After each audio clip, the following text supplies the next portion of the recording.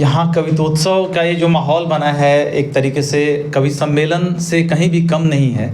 और जिन्होंने हर कुछ इंद्रधनुषी रंग हमको देखने को मिला, वीर रस देखने को मिला, भक्ति, श्रृंगार, कहानी, कितने अच्छे तरीके से आपने गढ़ा कहानियों को। तो मैं क्या बोलूं, सबसे पहले कि दिनकर जी, जैसे कि 23 सितंबर को जन्मदिवस है, तो हिंदी के महान पुरोधा। और मैम सबसे बड़ी चीज़ बिहार की 3 चीज़ें, मैं स्वयं बिहार से बिलोंग करता हूँ और पूरा पैन इंडिया घूमा है। ये केंद्रीय विद्यालय में पिछले 20 वर्षों से हूँ, तो इस दौरान नौकरी के दौरान हर जगह जाने का मौका मिला। और बिहार की 3 चीज़ें आज जो समझ में आई, मैम आपकी सूट बहुत अच्छी लग रही है, इसमें मधुबनी पेंटिंग जो बनी हुई है, मैं मतलब बार बार देख रहा था। मधुबनी पेंटिंग मुझे बहुत बहुत फेवरेट है मेरी। कहते हैं ना कि जो चीज़ मन में आए बोल देना चाहिए, मतलब मेरी फेवरेट है। फिर दशरथ मांझी जी का जिक्र हुआ, वो मुझे मतलब खासा लगा कि प्रेम करना है तो वैसा प्रेम होना चाहिए। और तीसरी, भाई ने बताया महात्मा बुद्ध, गौतम बुद्ध की बात की, प्रतीत्य समुत्पाद का जो दर्शन उन्होंने प्रस्तुत किया कि यह करने से यह होता है, इसलिए कर्म फल को समाप्त करके हमको जीवन को यहीं समाप्त करना है और अष्टांगिक मार्ग के द्वारा परम परमात्मा में फाइनली विलीन करना है। बुद्धम शरणम गच्छामि, धम्मम शरणम गच्छामि, संघम शरणम गच्छामि। तो दिनकर जी बिहार से 23 सितंबर, तो मैंने दिनकर जी को जिस तरीके से समझा है 4 पंक्तियों के माध्यम से आप सभी के समक्ष प्रेषित करता हूँ। कालजयी रचना से जो रात को दिन कर जाता था, रश्मि रथी के कुरुक्षेत्र में वही दिन कर कहलाता था, वही दिन कर कहलाता था। खोज खोज विप्लव से प्रेरित चलना जिसको आता था, पंक्ति जिसकी आगे उगलती वही दिन कर कहलाता था, वही दिन कर कहलाता था। सरकारों से सरोकार ना जिसको कभी भाता था, खुद के प्रश्न से प्रश्न पूछता वही दिन कर कहलाता था, वही दिन कर कहलाता था, वही दिन कर कहलाता था। और उसी दिनकर, राष्ट्रकवि दिनकर को जब राज्यसभा की सदस्यता दी गई कुछ समय तक तो बहुत अच्छा लगा, लेकिन अंतिम में कहते हैं ना कि सोने के पिंजरे में रहने के बाद एक कवि का मन व्यथित हो जाता है। तो जिस तरीके से दिनकर ने समझा जीवन को और जीवन दर्शन को, तो वहीं से 1-2 मुक्तक आप सभी के समक्ष रखता हूँ कि जैसे मतलब मुझे पर्सनली भगवान बुद्ध की जो दर्शन लगता है मध्यम मार्गी मनुष्य को होना चाहिए ना। तो हम एक्सट्रीम वामपंथी बन सकते हैं, ना एक्सट्रीम दक्षिणपंथी बन सकते हैं। कहीं ना कहीं जो मध्यम मार्ग है ना, शून्य, वो मतलब जोड़ के रखने की का प्रयास करता है। तो 2 मुक्तक।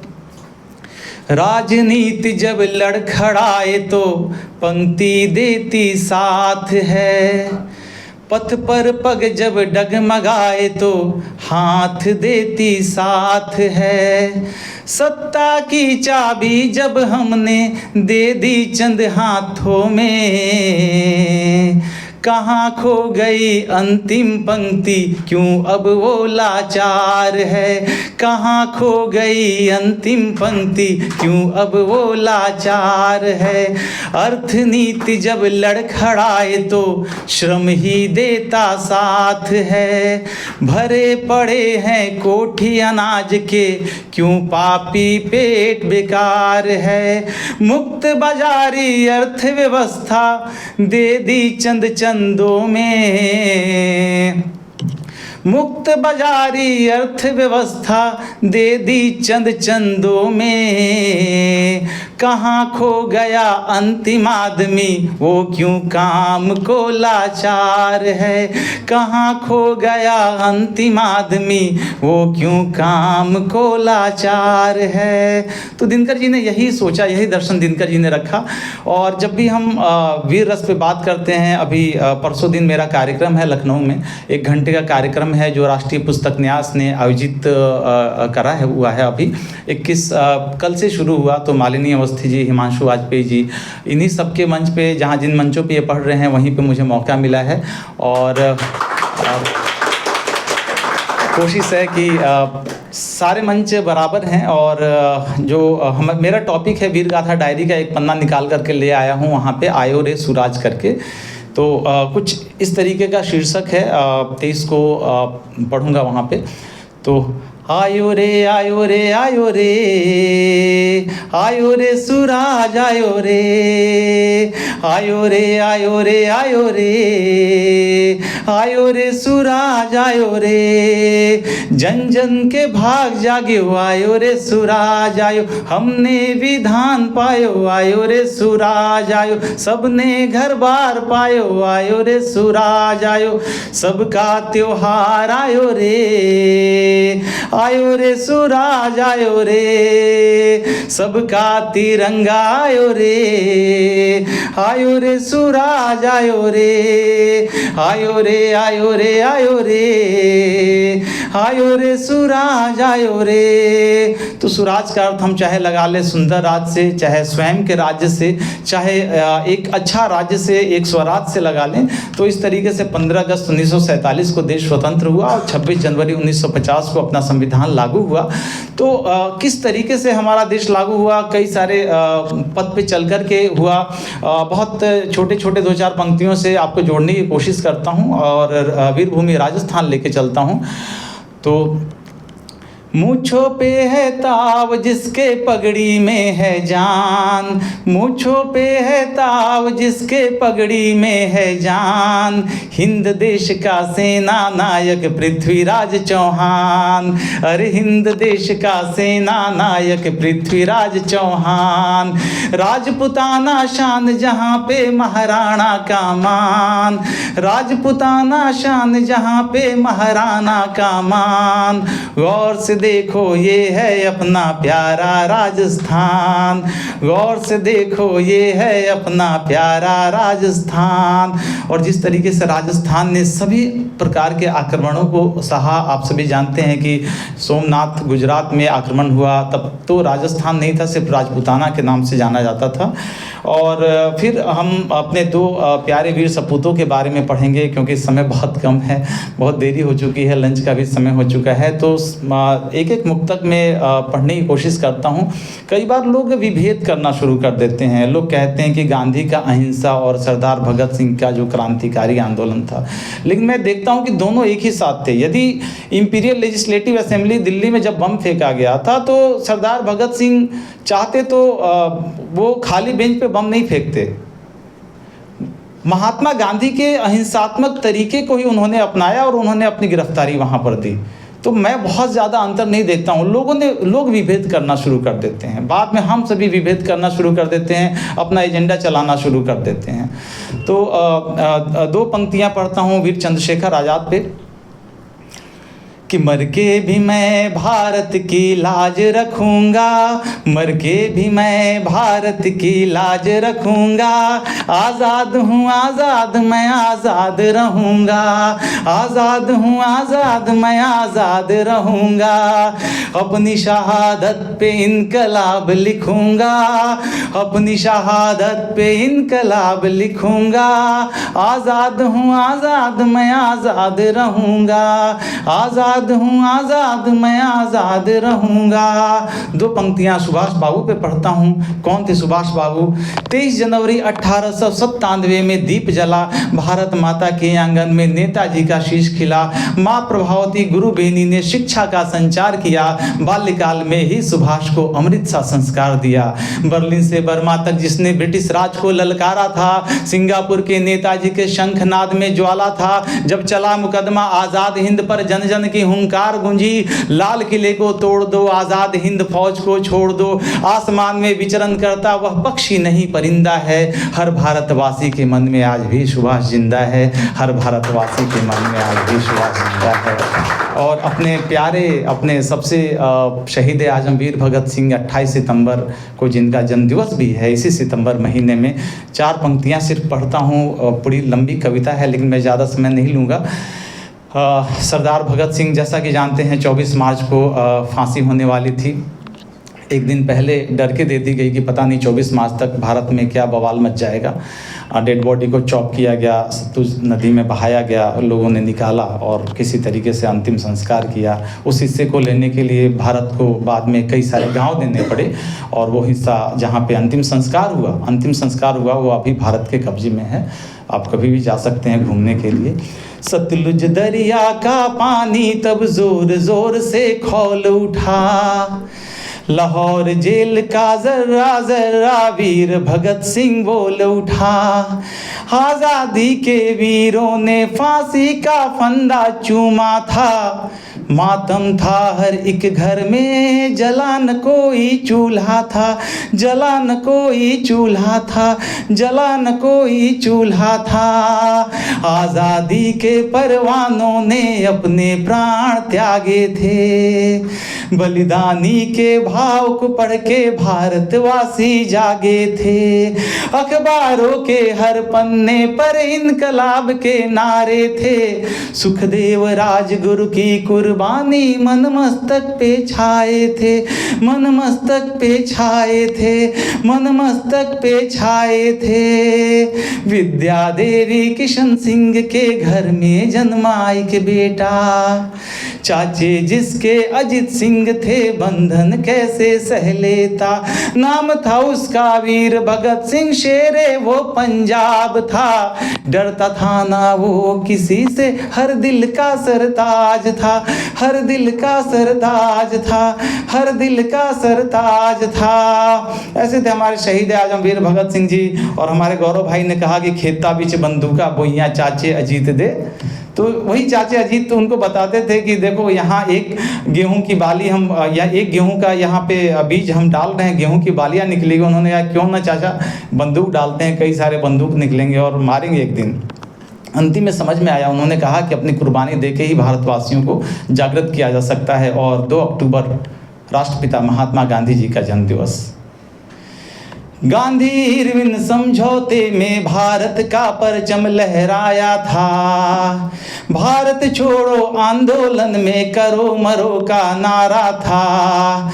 गिरफ्तार हो करके भी जन जन में अलख जगाया था, हिंदू मुस्लिम एका की खातिर जिसने अनशन जारी की।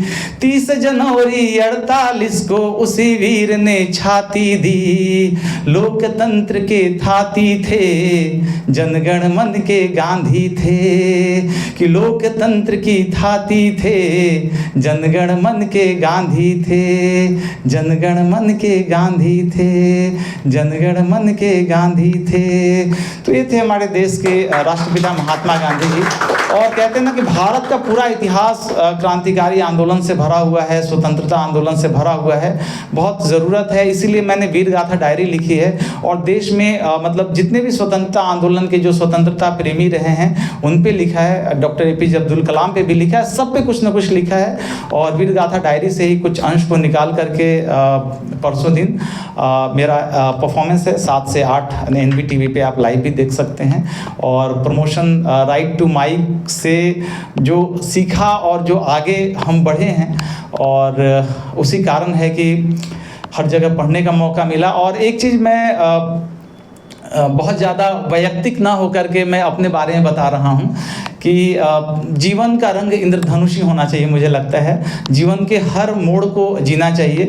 और आज से लगभग 18 साल पहले जब ये माना जाता था कि इंटरकास्ट मैरिज नहीं हो सकते थे, तब मैं घर से फरार हुआ था। और जिसको मैंने चाहा था, और घर से फरार होकर के जिसको मैंने चाहा था, और उससे मैंने शादी की। और अभी 17-18 साल लगभग हो गए हैं शादी के। यही कारण है कि सब श्रृंगार नहीं प्रॉब्लम यही है, कहते हैं ना वियोगी कवि हो जाता है। मैं कभी वियोगी बन नहीं पाया, तो वो श्रृंगार की वो धारा पनप नहीं पाई, और उसमें कहीं ना कहीं कुछ छूटा हुआ है। तो 4 पंक्तियाँ जब श्रृंगार की बात हुई है। इश्क में है अकल्पित मेरी साधना, प्रेम में है समर्पित मेरी साधना, कोई चाहे भी कैसे बुला दे उसे, कोई चाहे भी कैसे भुला दे उसे, चंचला यौवना है मेरी साधना, चंचला यौवना है मेरी साधना। तो 18 साल पहले जो समय याद आता है ना, याद करके कभी हम दोनों हस्बैंड वाइफ एक साथ होते हैं तो जब चर्चा करते हैं तो हंसी आती है कि क्या क्या दिन थे वो, कैसे कैसे गुजरे। और लगभग 10 देशों की यात्रा भी कर चुका हूँ, 2-2 घर हमारे थे अपने। मैंने कहा कि यार लाइफ जाने के बाद ये घर तो फिर भी कभी आ जाएंगे, पैसे आते रहेंगे, लेकिन ये घूमना नहीं हो पाएगा, तब तक घुटने जवाब दे जाएंगे। जैसे मैम आपने कहा ना कि हमने अपने जीवन के बहुत त्याग करके 2 बच्चे, अब मैं जीना चाहती हूँ, मैं अपना जीवन जीना चाहती हूँ। मैंने भी, आपने कहा कि अभी चर्चा हुई कि कई बार माँ हमको रोकती हैं कि आपको इसी तरीके के बंधन में रहना है, लेकिन मैं रुका नहीं, कभी भी नहीं रुका। यदि रुका होता तो धर्म पत्नी हमारी प्रेमिका नहीं होती, मैं वहीं घर में ही रुक करके रह गया होता। कैसे भागा था मुझे याद है, 2141 ट्रेन थी जो पटना से जाती थी महाराष्ट्र बम्बई के लिए, और जनरल बोगी के बिना रिजर्व डब्बे में एक छोटी सी सीट में 3-4 लोग बैठते हैं ना जनरल बोगी में, तो एक छोटा सा स्थान मिला, फिर मैं फरार हुआ। बहुत लंबी कहानी है तो त्याग करना। मैं नहीं भागा, हम भागे थे। भागे नहीं पाया था करके। और फिर बाद में सब समाज परिवार जो कभी रोक रहे थे आज सब साथ में हैं। और इसी तरीके से मैंने कहा कि कहीं बाद में घुटने ना जवाब दे दें, तो मैंने फिर विदेश की यात्राएं भी की, 2 घर बेचा। मैंने कहा कि घर बेच के घर रह के ही क्या होगा, ठीक है बेचते हैं और घूमते हैं, यात्रा करते हैं। और जो पंक्तियां मुझे निकली है, शायद ही किसी क्रांतिकारी, किसी राष्ट्रवादी के मैं राजघाट पे नहीं गया हूँ, चंद्रशेखर आज़ाद जी ने जहाँ पे स्वयं को गोली मारी है वहाँ पे नहीं गया हूँ, हर जगह घूमा हूँ और पंक्तियाँ वहीं से निकली है। अभी 30 सितंबर को ही मैं हम्पी की यात्रा पे रहूँगा और देखूँगा अपनी आंखों से कि विजयनगर साम्राज्य और किस तरीके से जो राजा कृष्णदेव राय थे और जो वहाँ पे तेनालीराम की कहानी जो हम पुस्तकों में पढ़ते आए हैं उसको मैं देखूँगा, रूबरू होऊंगा। और घूमना बहुत ज़रूरी है। मुझे लगता है कि जीवन का रंग इंद्रधनुषी होना चाहिए, जीवन में प्रेम का भी महत्व होना चाहिए, सब कुछ होना चाहिए। शायद मैं आपका समय ज़्यादा ले चुका हूँ, माफ़ करिएगा। अमर भाई माइक आपके हाल। हाँ, गौआ में सगरो बा गर्दा धमाल, गर्दा धमाल भैया गर्दा धमाल, गौआ में सगरो बा गर्दा धमाल, गर्दा धमाल, शहरन के लइकन के भइल बुरा हाल, गौआ में रोजे बा साग सब्जी, एहिजा खुलल बा पब जी, गौआ में खुल्ला बा खेत खलिहान, एहिजा ना होखे कबो बिहान, गौआ के लोगवा स्नेह रखेला, शहरन में लोगवा मधुमेह रखेला, गौआ में चिंता फिकिर नहीं खे, शहरन के कुकुर कुकुर नहीं खे, गौआ में कुश्ती पहलवानी, शहरन में रउआ कहाँ बानी,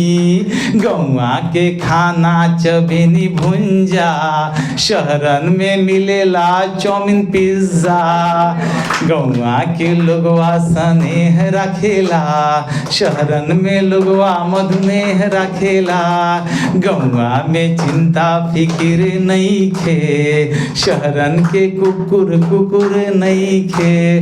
बहुत बहुत धन्यवाद। और इसी तरीके से प्यारे मंच राइट टू माइक को प्यार दीजिएगा। रियली आप लोगों ने बहुत अच्छा पढ़ा, बहुत अच्छा पढ़ा और इतना अच्छा सुना, मुझे इतना प्यार से सुना, इतना प्यार देने के लिए आप सभी को दिल से शुक्रिया, दिल से प्रणाम करता हूँ। और